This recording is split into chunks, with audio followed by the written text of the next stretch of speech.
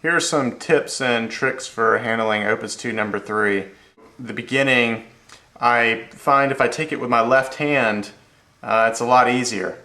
I hit that first chord, just like it says. Then I use my second finger with my left hand and play the bottom notes of the thirds in the right hand. So, once again. Okay? So you're going to hold these down with your pinky and your middle finger with your left hand. 2 and 3. So it's nice and clean. This is difficult to do at a really fast tempo. Now the next one is a little more difficult. You're going to have to take it with your right hand. There's really no way out of it.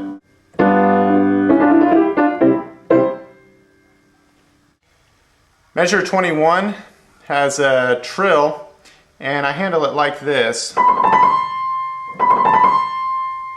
So that is 3, 4, 3, 2, 3, 4.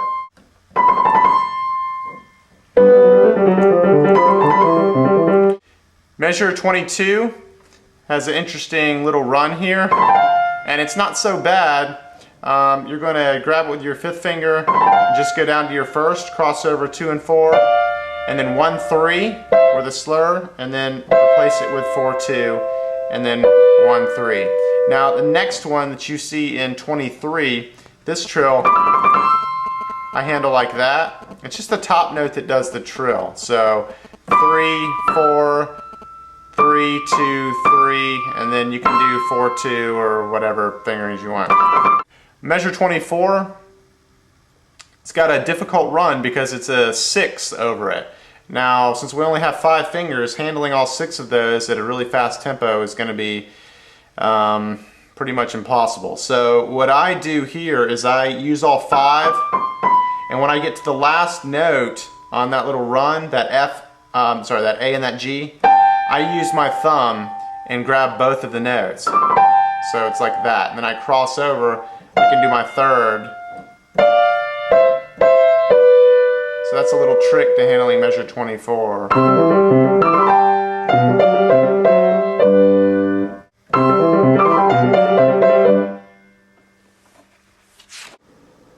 Measure 27 is a turn, and that turn applies to the C sharp below it. It should sound something like this. Now, when I play the turn, I use these fingers 3, 4, 3, 2, 1. And the ear text has got the 1 on E, but you know, it doesn't really matter here, I guess. You could do 1 on E if you want, but as long as you have enough fingers to go up the scale and in the passage legato. And once again, on the repeated notes, you're going to alternate your fingers. Measure 45 has some more turns in it.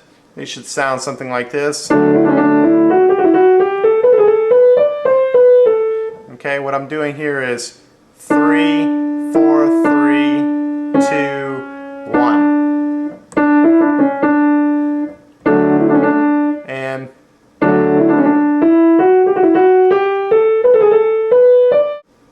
measure 78 has some trills in it that repeated once again in the recap, so I'm not going to do all of them, but just show you how they're supposed to be played.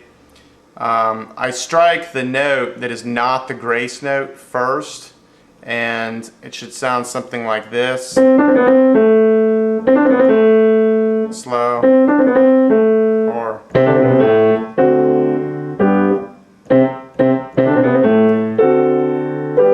okay, so you're playing the grace note after you hit the main note, the 8th note, C.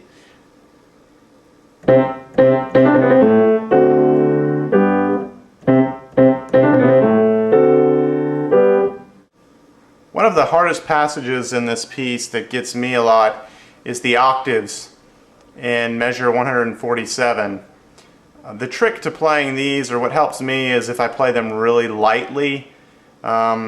And it says piano. I noticed that a lot of the composers, especially Beethoven or Mozart, when they write piano, it's almost an indication of how to play it, not so far as what it should sound like, as in, you know, softly, but an indication of how to play it is, and you should play light. And if you play light, it'll help you play this passage. So here I really keep the octaves light. And as long as you have a bounce in your wrist and you don't bear down, it should be doable.